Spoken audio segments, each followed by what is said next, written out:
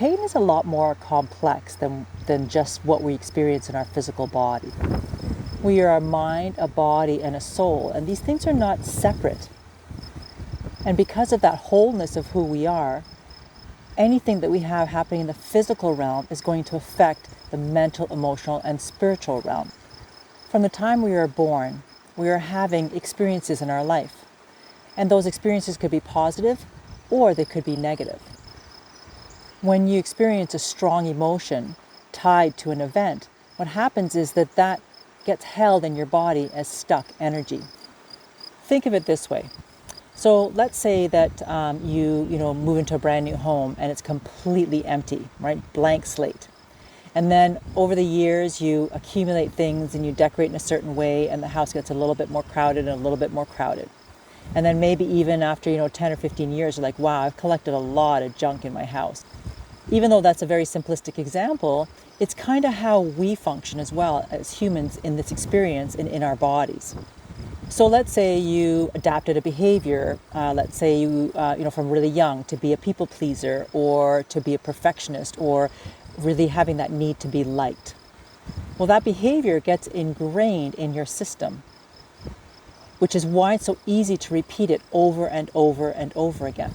Let me give you another oversimplified example. If I asked you to think about how you brush your teeth every morning, you'd have to take a minute to do that because it's become so automatic that you just pick the toothbrush up, let's say with your right hand, and the toothpaste is in your left hand, and then you put the toothpaste on from one end to the other every single morning, and then you start brushing your teeth from the same side, let's say the top left-hand side, and then you have this pattern with which you go through. So that kind of pattern is ingrained in your nervous system. So we can say the exact same thing about, let's say, perfectionism as an example, or people pleasing. It's ingrained in your nervous system. It's a way of being, of behaving that's easily repeated because it's so ingrained into your nervous system. So what does all that have to do with pain? These types of patterns are also representative of held trauma, things that really upset us. And we got stuck in a behavior pattern or stuck in a belief system about ourselves, whether that's pain or anger, and we just get stuck. That's why sometimes we can find that, decade after decade, we have the same problems arising. Maybe the players are different, right? Or the place is different if you've moved countries, but the problem is pretty consistent. That's a really good sign of stuck energy, of a pattern that ingrained into your nervous system that you just can repeat automatically without even thinking about it. So when pain presents, we have to invite in that deeper awareness to understand what is the root cause of that pain. So yes, it can, be a pinched nerve like sciatica for sure, right? Yes, we'd want to address that, absolutely. But it can also be something else. It can be that held belief system that is informing the pain that we're experiencing, that's holding our muscles tight, that's holding our whole energy system in a stuck way that we're not flowing with ease and effortlessness.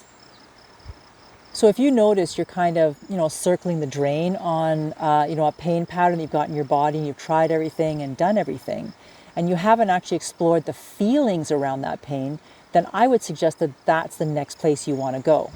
So the next time you experience that pain or you have a flare in that pain, sit quietly as if you kind of wanted to, have a conversation or a cup of tea with the pain and see what the messages are. Notice what you feel.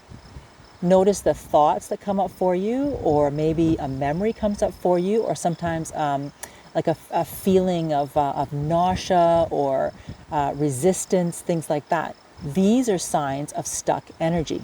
This is what we refer to as energetic blocks. So when we're working with an individual, not only do we want to help them get out of pain so that it can just be just plain old more comfortable, but we're also really curious about what's that energetic block? Like, how did it get there in the first place? And, are you willing in that moment to be brave and explore what perhaps that message is that's coming through?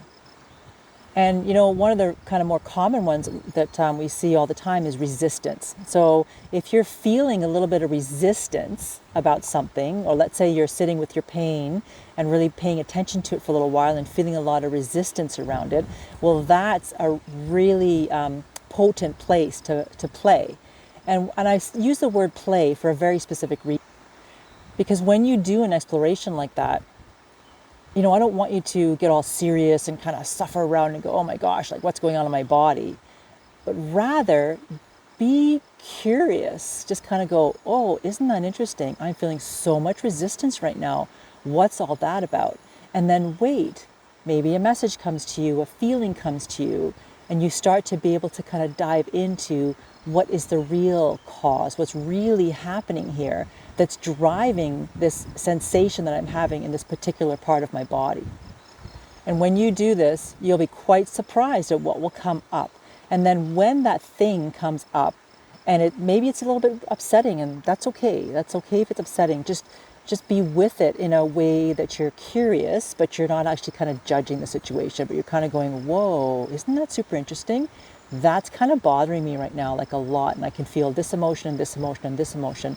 Isn't that interesting? And you just sit with that, with this curiosity, just so you can begin to help transmute it.